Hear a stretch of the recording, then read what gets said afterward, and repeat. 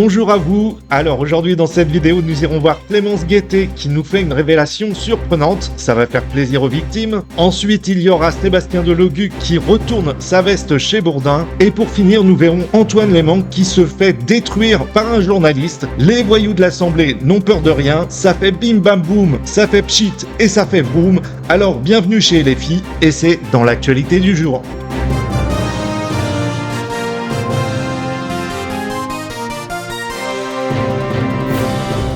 Salut à vous les amis. Alors oui, aujourd'hui on va discuter un petit peu de LFI et notamment de Clémence Guettet qui est quand même vice-présidente de l'Assemblée, donc c'est pas rien, hein, c'est quand même un poste important. Elle est également députée chez LFI.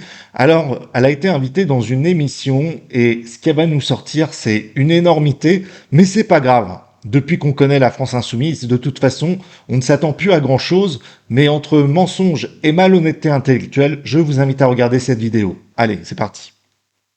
Il y a un militant CGT, enfin un militant antifasciste et CGT qui a été poignardé dans les rues de Paris et le ministre de l'Intérieur répond sur les violences de l'ultra-gauche. Donc voilà le climat dans lequel on est. Ça n'a rien à voir en plus. Enfin, c'était pas le... Ben non. Non, oui. Puis je veux dire, les attentats aujourd'hui dans notre pays, c'est l'extrême droite en fait qui les commet. Donc bon, c'est pas étonnant de la part de Retailleau, mais ça dit quand même quelque chose, parce que applaudi par la Macronie quand il raconte ça. Alors je vais vous dire une chose les amis, moi je trouve ça lamentable. Je trouve ça lamentable en sachant qu'il y a des enfants, qu'il y a des personnes, même des adultes, qui sont morts par rapport à des attentats. Et dire ce genre de choses-là, c'est vraiment leur mettre un coup de couteau dans le dos. Franchement, c'est inentendable. On sait ce qui s'est passé au Bataclan, on sait ce qui s'est passé à Nice. Enfin, il s'est passé énormément de trucs.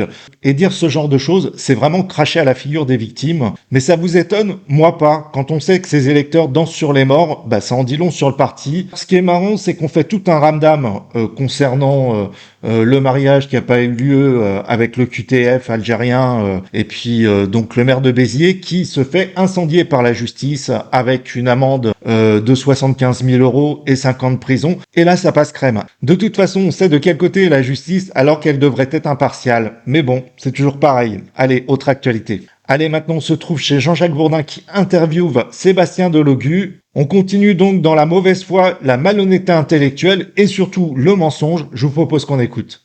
Bon, il n'y a pas d'antisémitisme aujourd'hui à l'extrême gauche ou chez les islamistes. Pas dans nos rangs, monsieur. Chez les islamistes.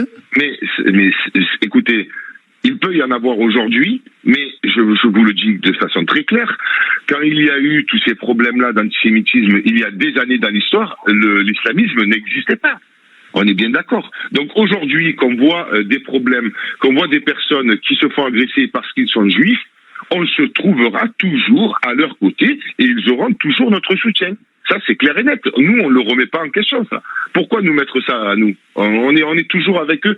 On a un député qui est de religion juive. On a la personne qui s'occupe de la presse dans notre groupe, elle est de religion juive. Et alors quoi? Qu'est-ce que vous voulez que je vous dise? On sait très bien ce qui s'est passé avec la communauté juive, avec la montée de l'antisémitisme et toutes les violences qui vont avec sur les territoires français. Et cette haine qui a été alimentée par le parti LFI, notamment par Ersi Assoudé, Thomas Porte, Rima Hassan, qu'est-ce que vous voulez que je vous dise? Je crois qu'il y a rien à dire, hein. C'est du mensonge pur et dur, quoi. Mais à force de mentir, d'être malhonnête et de dire des conneries, eh ben il y a un moment, ça remonte à la surface. Eh bien, je vous propose d'écouter cette vidéo où le copain de Louis Boyard se fait démonter par ce journaliste. On regarde. Mettre la morale de votre côté, c'est un peu délicat. Êtes-vous les mieux placés chez LFI pour parler de morale? Vous nous dites que François Bayrou ment, que tout ça est impensable, etc. Vous avez dans vos rangs un député qui annonce avoir dealé, un député condamné pour violence volontaire, un député condamné pour violence conjugale,